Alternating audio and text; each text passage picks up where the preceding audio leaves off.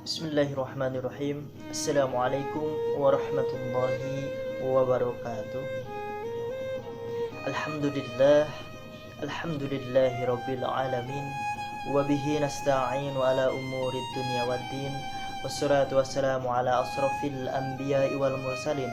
Asyhadu an la ilaha illallah wa asyhadu anna Muhammadan abduhu wa rasuluh. Amma ba'du.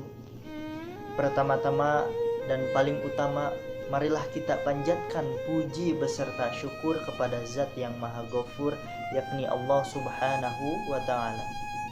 Karena syukur alhamdulillah, dalam kesempatan ini kita masih diberikan nikmat iman dan juga nikmat Islam, terutama nikmat kita bisa berkumpul di tempat yang insya Allah diberkahi oleh Allah Subhanahu wa Ta'ala ini.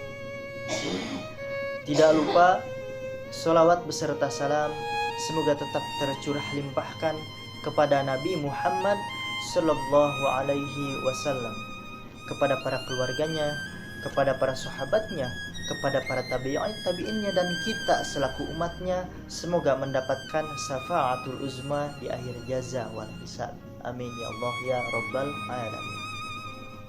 Para hadirin yang dirahmati oleh Allah Subhanahu wa Ta'ala, saya akan mencoba menjelaskan tafsir Quran surat Al-Alaq ayat 1-5 yang berbunyi, A'udzu billahi minasy syaithanir rajim. Bismillahirrahmanirrahim. Iqra' bismi rabbikal ladzi khalaq. Khalaqal insana min 'alaq. Iqra' wa rabbukal akram. Alladzi 'allama bil qalam. 'Allamal insana ma lam ya'lam. Sadaqallahul adzim.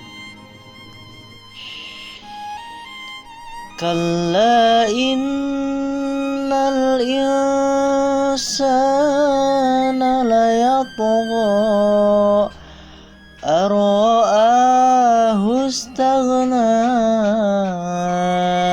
Inna ila rabbika ruj'a. Sadaqallahul adzim. Yang artinya, bacalah dengan menyebut nama Tuhanmu yang menciptakan. Dia telah menciptakan manusia dari segumpal darah. Bacalah, dan Tuhanmu lah yang maha mulia, yang mengajar manusia dengan pena. Dia mengajarkan manusia apa yang tidak diketahuinya. Sekali-kali tidak, sungguh manusia itu benar-benar melampaui batas apabila melihat dirinya serba cukup. Sungguh hanya kepada Tuhanmu lah tempat kembalimu. Dalam tafsir fi Dhilalil Al-Quran dikatakan bahwa ayat pertama surat Al-Alaq adalah pembelajaran pertama yang Allah berikan kepada Rasul, yaitu tentang sifat Allah yang Maha Pencipta. Kemudian Imam At-Tabari menjelaskan bahwa ayat ini menunjukkan adanya perintah yang diberikan oleh Allah kepada Rasul membaca dengan disertai menyebut nama Allah yang menciptakan manusia. Dalam ayat kedua, pendapat para mufasir mengandung makna bahwa Tuhan menciptakan manusia dari segumpal darah yang menjadikan manusia yang sempurna, namun manusia diberi kekuasaan untuk menundukkan yang ada di bumi. Manusia sempurna seperti Nabi Muhammad yang dapat membaca tanpa mempelajari huruf.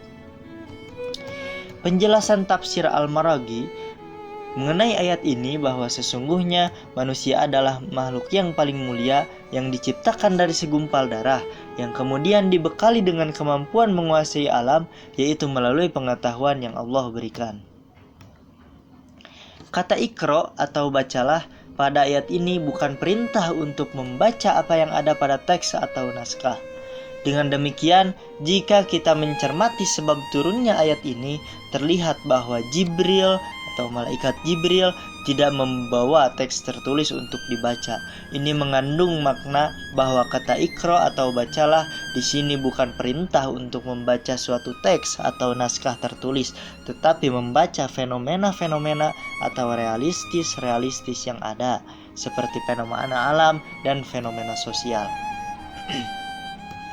Ayat ketiga dalam tafsir Al-Azhar menjelaskan bahwa setelah Rasulullah diperintahkan untuk membaca pada ayat pertama, diberikan pengetahuan tentang penciptaan manusia pada ayat kedua, kemudian Allah memberikan penegasan bahwa Allah zat yang paling mulia. Sedangkan menurut Quraisy Shihab, dalam ayat ini Allah memerintahkan membaca dengan agar manusia sadar bahwa Allah lah yang maha pemurah dengan memberikan segala karunia-Nya kepada manusia. Ayat keempat, menurut Al-Maraghi, Allah menjadikan pena sebagai sarana alat berkomunikasi antar sesama manusia. Walaupun letaknya saling berjauhan, sama seperti lisan yang bicara, kolam atau pena merupakan benda mati yang tidak bisa memberikan pengertian. Menurut kitab Tafsir Sayyid Qutb dijelaskan bahwa makna yang terkandung dalam ayat tersebut adalah Allah menciptakan manusia dengan sebuah bekal untuk menjalankan kehidupan di dunia dengan memberikan pengetahuan agar manusia sadar akan kekuasaan Allah. Ayat kelima, menurut Quraisy Shihab, Allah Subhanahu wa Ta'ala mengajarkan manusia apa yang belum diketahui sebelumnya. Maksudnya adalah bahwa Allah menciptakan manusia itu dengan memberikan kemuliaan, yaitu dengan ilmu. Lalu ayat yang selanjutnya, ayat ke-6, dalam tafsir Al-Azhar dijelaskan bahwa ayat ini merupakan peringatan kepada Rasulullah Shallallahu Alaihi Wasallam sendiri yang akan menghadapi tugas berat menjadi Rasul. Dia akan berhadap dengan manusia dan manusia itu pada umumnya mempunyai suatu sifat yang buruk. Lalu ayat yang selanjutnya, ayat ke-7, menurut Al-Maraghi, kebiasaan yang terjadi di kalangan manusia mendasar pada kebiasaan yang ada pada individu-individunya, kecuali kekayaan dan kekuatan yang berada di tangan arkia atau mereka yang bertakwa. Sesungguhnya merupakan sarana kebaikan dan penyebab utama yang bisa mengantarkan mereka kepada kebahagiaan dunia akhirat. Lalu ayat yang selanjutnya, ayat ke-8, menurut Al-Maraghi, tempat kembali semua manusia ialah Allah. Dialah yang memiliki setiap manusia, dan apa yang manusia miliki akan menjadi jelas apa yang manusia dustakan. Manakala manusia keluar dari kehidupan di bumi, manusia akan tampak hina dina, dan seluruh amal perbuatannya akan diperhitungkan, baik itu amal yang sedikit ataupun amal yang banyak.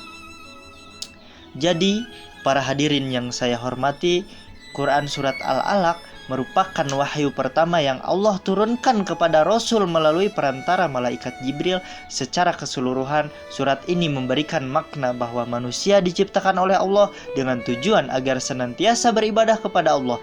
Begitu pula menurut para mufasir bahwa manusia harus belajar dan senantiasa menuntut ilmu agar memiliki pengetahuan yang dipergunakan di jalan ketaatan kepada Allah Subhanahu wa Ta'ala. Barangkali itu saja yang dapat saya sampaikan. Mohon maaf apabila ada tutur kata yang kurang berkenan.